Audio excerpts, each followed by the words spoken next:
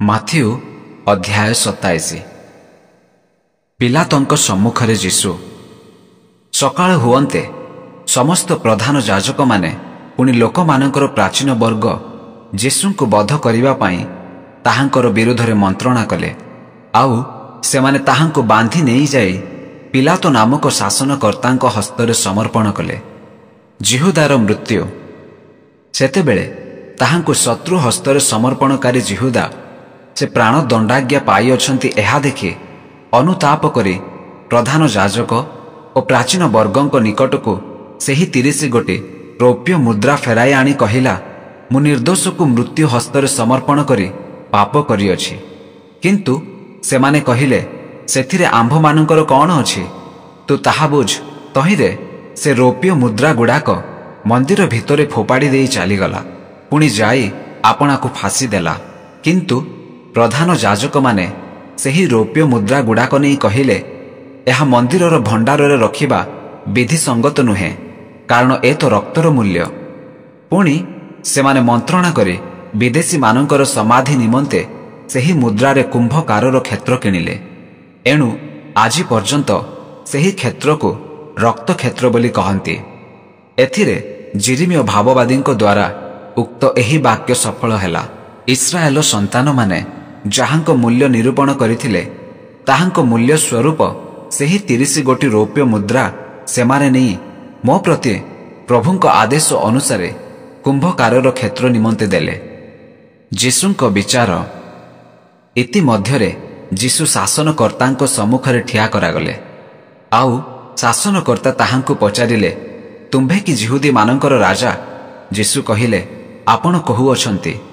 ଆଉ ପ୍ରଧାନ ଯାଜକ ଓ ପ୍ରାଚୀନ ବର୍ଗ ତାହାଙ୍କ ବିରୁଦ୍ଧରେ ଅଭିଯୋଗ କରନ୍ତେ ସେ କୌଣସି ଉତ୍ତର ଦେଲେ ନାହିଁ। ସେଥିରେ ପିଲାତ ତାହାଙ୍କୁ କହିଲେ, ଏମାନେ ତୁମ୍ଭ ବିରୁଦ୍ଧରେ କେତେ ସାକ୍ଷ୍ୟ ଦେଉଅଛନ୍ତି ତାହା କି ଶୁଣୁନାହଁ? ମାତ୍ର ସେ ତାହାଙ୍କୁ ଗୋଟିଏ କଥାର ହିଁ ପଦେ ହେଲେ ଉତ୍ତର ଦେଲେ ନାହିଁ। ସେଥିରେ ଶାସନକର୍ତ୍ତା ଅତ୍ୟନ୍ତ ଚମତ୍କୃତ ହେଲେ। ଯୀଶୁଙ୍କୁ ପ୍ରାଣଦଣ୍ଡ। କିନ୍ତୁ ପର୍ବ ସମୟରେ ଲୋକସମୂହର ଇଚ୍ଛାନୁସାରେ ଜଣେ ବନ୍ଦୀକୁ ସେମାନଙ୍କ ନିମନ୍ତେ ମୁକ୍ତ କରିବା ଶାସନକର୍ତ୍ତାଙ୍କର ରୀତି ଥିଲା। ସେତେବେଳେ ସେମାନଙ୍କର ବାରବା ନାମକ ଜଣେ ବିଖ୍ୟାତ ବନ୍ଦୀ ଥିଲା। ଅତଏବ ସେମାନେ ଏକତ୍ର ହୋଇଥିବା ସମୟରେ ପିଲାତ ସେମାନଙ୍କୁ ପଚାରିଲେ, ଆମ୍ଭେ ତୁମ୍ଭମାନଙ୍କ ନିମନ୍ତେ କାହାକୁ ମୁକ୍ତ କରିଦେବା ବୋଲି ତୁମ୍ଭେମାନେ ଇଚ୍ଛା କରୁଅଛ? ବାରବାକୁ ନା ଯାହାକୁ ଖ୍ରୀଷ୍ଟ ବୋଲି କହନ୍ତି ସେହି ଯୀଶୁକୁ? କାରଣ ସେମାନେ ଯେ ଈର୍ଷାରେ ତାହାଙ୍କୁ ସମର୍ପଣ କରିଥିଲେ ତାହା ସେ ଜାଣିଥିଲେ। ଆଉ ସେ ବିଚାରାସନରେ ବସିଥିବା ସମୟରେ ତାହାଙ୍କ ସ୍ତ୍ରୀ ତାହାଙ୍କ ପାଖକୁ କହି ପଠାଇଲେ, ସେହି ଧାର୍ମିକ ଲୋକଙ୍କ କଥାରେ ତୁମ୍ଭେ ଆଦୌ ହାତ ଦିଅ ନାହିଁ, କାରଣ ତାହାଙ୍କ ଯୋଗୁଁ ମୁଁ ଆଜି ସ୍ୱପ୍ନରେ ବହୁତ କଷ୍ଟ ଭୋଗିଅଛି। ମାତ୍ର ପ୍ରଧାନ ଯାଜକ ଓ ପ୍ରାଚୀନ ବର୍ଗ ବାରବାକୁ ମାଗିବା ପାଇଁ ଓ ଯୀଶୁଙ୍କୁ ବିନାଶ କରିବା ପାଇଁ ଲୋକସମୂହକୁ ମଣାଇଲେ। ମାତ୍ର ଶାସନକର୍ତ୍ତା ସେମାନଙ୍କୁ ଉତ୍ତର ଦେଲେ, ଆମ୍ଭେ ଏ ଉଭୟଙ୍କ ମଧ୍ୟରୁ ତୁମ୍ଭମାନଙ୍କ ନିମନ୍ତେ କାହାକୁ ମୁକ୍ତ କରିବା ବୋଲି ତୁମ୍ଭମାନଙ୍କ ଇଚ୍ଛା? ସେମାନେ କହିଲେ, ବାରବାକୁ। ପିଲାତ ସେମାନଙ୍କୁ ପଚାରିଲେ, ତେବେ ଯାହାକୁ ଖ୍ରୀଷ୍ଟ କହନ୍ତି ସେହି ଯୀଶୁ ପ୍ରତି କ'ଣ କରିବା? ସେମାନେ ସମସ୍ତେ କହିଲେ, ସେ କ୍ରୁଶରେ ଚଢ଼ାଯାଉ। ସେଥିରେ ପିଲାତ ପଚାରିଲେ, କାହିଁକି? ସେ କି ଦୋଷ କରିଅଛି? କିନ୍ତୁ ସେମାନେ ଅତ୍ୟନ୍ତ ଚିତ୍କାର କରି କହିଲେ, ସେ କ୍ରୁଶରେ ଚଢ଼ାଯାଉ। କ୍ରୁଶ ନିମନ୍ତେ ଯୀଶୁ ସମର୍ପିତ।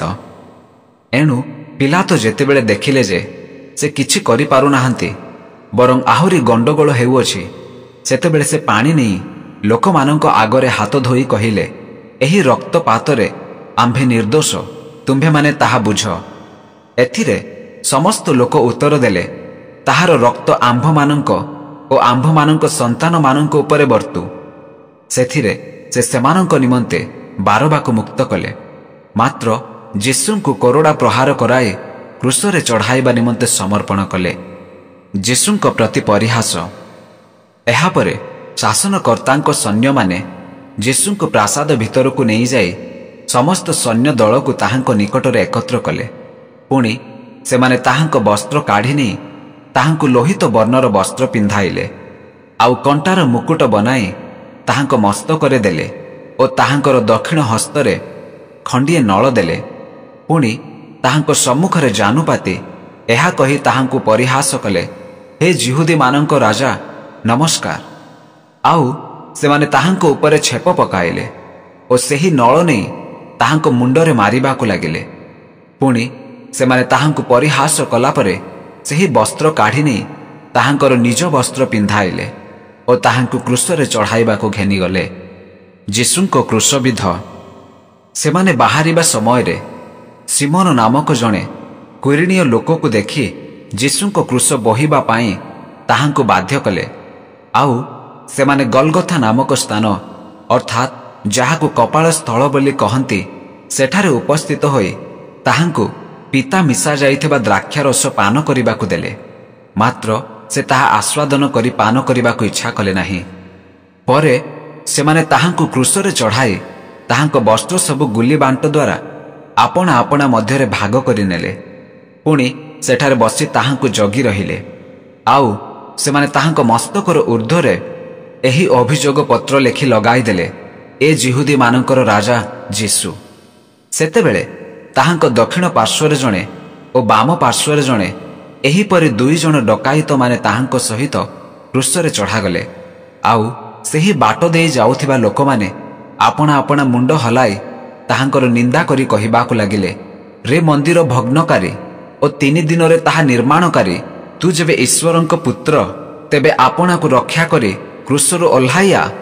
ପ୍ରଧାନ ଯାଜକମାନେ ମଧ୍ୟ ସେହି ପ୍ରକାରେ ଶାସ୍ତ୍ରୀ ଓ ପ୍ରାଚୀନ ବର୍ଗଙ୍କ ସହିତ ପରିହାସ କରିବାକୁ ଲାଗିଲେ।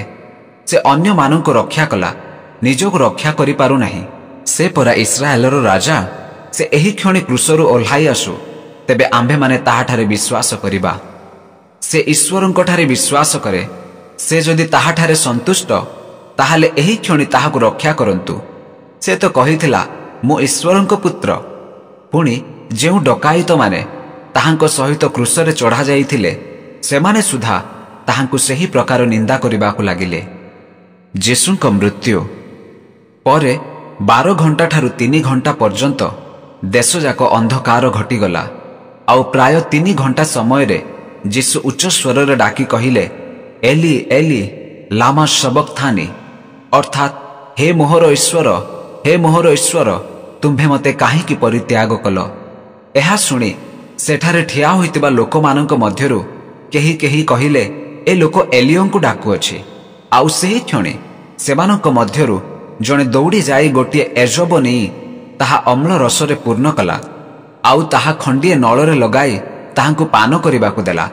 କିନ୍ତୁ ଅନ୍ୟମାନେ କହିଲେ, ରୁହ, ଏଲିୟ ଏହାକୁ ରକ୍ଷା କରିବାକୁ ଆସୁଅଛନ୍ତି କି ନାହିଁ ଦେଖିବା। କିନ୍ତୁ ଯୀଶୁ ପୁନର୍ବାର ଉଚ୍ଚ ସ୍ୱରରେ ଡାକି ପ୍ରାଣତ୍ୟାଗ କଲେ। ପୁଣି ଦେଖ, ମନ୍ଦିରର ବିଚ୍ଛେଦ ବସ୍ତ୍ର ଉପରୁ ତଳ ପର୍ଯ୍ୟନ୍ତ ଚିରି 2 ଖଣ୍ଡ ହେଲା। ଆଉ ଭୂମିକମ୍ପ ହେଲା ଓ ଶୈଳ ସବୁ ବିଦୀର୍ଣ୍ଣ ହେଲା। ପୁଣି ସମାଧି ସମୂହ ଉନ୍ମୁକ୍ତ ହେଲା ଓ ମହାନିଦ୍ରାଗତ ଅନେକ ସାଧୁ ଲୋକଙ୍କ ଶରୀର ଉତ୍ଥାପିତ ହେଲା। ପୁଣି ତାହାଙ୍କ ପୁନରୁତ୍ଥାନ ପରେ ସେମାନେ ସମାଧିରୁ ବାହାରି ପୁଣି ପବିତ୍ର ନଗରୀରେ ପ୍ରବେଶ କଲେ ଓ ଅନେକଙ୍କୁ ଦର୍ଶନ ଦେଲେ।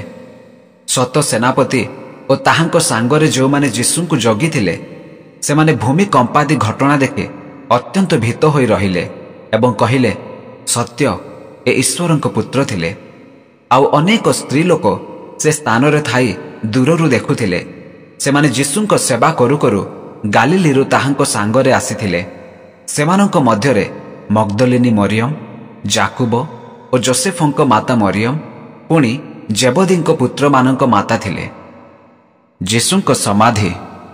ବେଳ ଗଡ଼ି ଆସନ୍ତେ ଯୋସେଫ ନାମକ ହାରାମାଥିଆର ଜଣେ ଧନୀ ଲୋକ ଆସିଲେ। ସେ ମଧ୍ୟ ଯୀଶୁଙ୍କର ଜଣେ ଶିଷ୍ୟ ହୋଇଥିଲେ। ସେ ପିଲାତଙ୍କ ପାଖକୁ ଯାଇ ଯୀଶୁଙ୍କ ଶରୀର ମାଗିଲେ। ସେଥିରେ ପିଲାତ ତାହା ଦେବାକୁ ଆଜ୍ଞା କଲେ। ଯୋସେଫ ଶରୀରଟି ନେଇ ପରିଷ୍କୃତ ସୂକ୍ଷ୍ମ ବସ୍ତ୍ରରେ ଗୁଡ଼ାଇ ଆପଣାର ଯେଉଁ ନୂତନ ସମାଧି ପାହାଡ଼ରେ ଖୋଳିଥିଲେ, ସେଥିମଧ୍ୟରେ ତାହା ଥୋଇଲେ। ଆଉ ସମାଧି ଦ୍ୱାରରେ ଖଣ୍ଡିଏ ବଡ଼ ପଥର ଗଡ଼ାଇ ଦେଇ ଚାଲିଗଲେ। ମଗ୍ଦଲିନୀ ମରିୟମ ଓ ଅନ୍ୟ ମରିୟମ ସେ ସ୍ଥାନରେ ସମାଧି ସମ୍ମୁଖରେ ବସି ରହିଲେ। ସମାଧି ସ୍ଥାନରେ ପ୍ରହରୀ। ତହିଁ ଆର ଦିନ ଅର୍ଥାତ୍ ଆୟୋଜନ ଦିବସର ପରବର୍ତ୍ତୀ ଦିନ ପ୍ରଧାନ ଯାଜକ ଓ ଫାରୁସୀମାନେ ପିଲାତଙ୍କ ପାଖରେ ଏକତ୍ର ହୋଇ କହିଲେ, ମହାଶୟ, ଆମ୍ଭମାନଙ୍କର ମନେ ପଡ଼ୁଅଛି ସେହି ପ୍ରବଞ୍ଚକ ଜୀବିତ ଥିବା ସମୟରେ କହିଥିଲା, 3 ଦିନ ପରେ ମୁଁ ଉଠିବି। ଅତଏବ ତୃତୀୟ ଦିବସ ପର୍ଯ୍ୟନ୍ତ ସମାଧି ସୁରକ୍ଷିତ ହେବା ନିମନ୍ତେ ଆଜ୍ଞା କରନ୍ତୁ। ନହେଲେ କେଜାଣି ତାହାର ଶିଷ୍ୟମାନେ ଆସି ତାହାକୁ ଚୋରି କରି ଲୋକଙ୍କୁ କହିବେ, ସେ ମୃତମାନଙ୍କ ମଧ୍ୟରୁ ଉଠିଅଛନ୍ତି। ତାହାହେଲେ ପ୍ରଥମ ପ୍ରବଞ୍ଚନା ଅପେକ୍ଷା ଶେଷ ପ୍ରବଞ୍ଚନା ଅଧିକ ମନ୍ଦ ହେବ। ପିଲାତ ସେମାନଙ୍କୁ କହିଲେ, ତୁମ୍ଭମାନଙ୍କର ପ୍ରହରୀ ଦଳ ଅଛି, ତୁମ୍ଭେମାନେ ଯାଇ ଯଥାସାଧ୍ୟ ତାହା ସୁରକ୍ଷା କର। ତେଣୁ ସେମାନେ ଯାଇ ପ୍ରହରୀ ଦଳ ସହିତ ସେହି ପ୍ରସ୍ତରରେ ମୁଦ୍ରାଙ୍କ ଦେଇ ସମାଧି ସୁରକ୍ଷିତ କଲେ।